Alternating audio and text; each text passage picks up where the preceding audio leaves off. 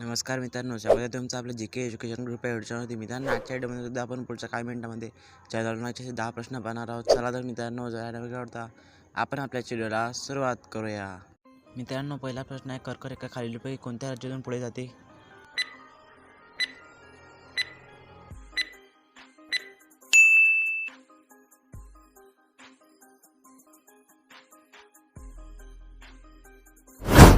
प्रश्न दुसरा आहे, भारत आणि पाकिस्तान यांच्यातील सीमा कोणी निश्चित केली?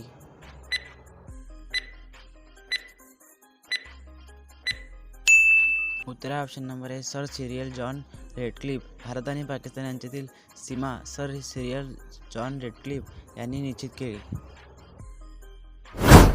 प्रश्न तिसरा आहे, भारतातील कोणते आगार सध्या व्हाईट वॉटर म्हणून ओळखले जाते?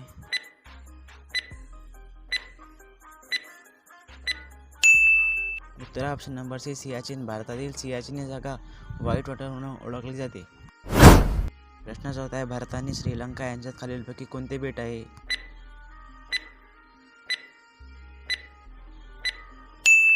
उत्तर ऑप्शन नंबर बी रामेश्वरम. भारत आणि श्रीलंका यांच्यात रामेश्वरम हे बेट आहे. प्रश्न पाचवा आहे, कोकण किनारपट्टी कुठून कुठपर्यंत विस्तारलेली आहे?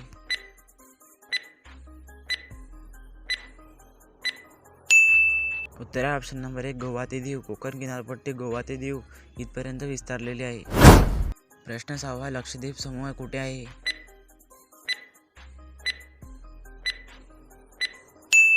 उत्तर ऑप्शन नंबर ए अरबी समुद्र. लक्षद्वीप समूह हे अरबी समुद्रामध्ये आहे. प्रश्न सातवा, हैदराबादचे जुळे शहर म्हणून कोणाला ओळखले जाते?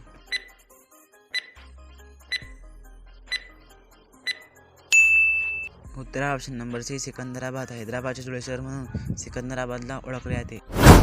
प्रश्न आठवा, पुढीलपैकी कोणते एक बेट आहे?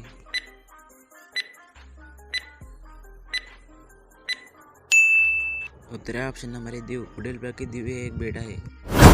प्रश्न नववा आहे, भारताची सर्वात उंच मिनार कोणती आहे?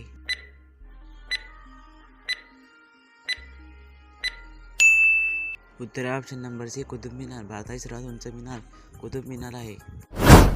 दहावा आणि शेवटचा प्रश्न आहे, भारताची सर्वात उंच मूर्ती कोणती आहे?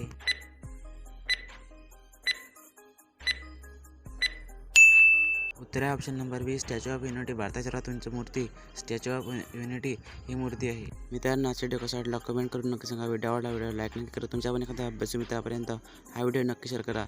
भेटूया काही व्हिडिओमध्ये. जय हिंद, जय महाराष्ट्र.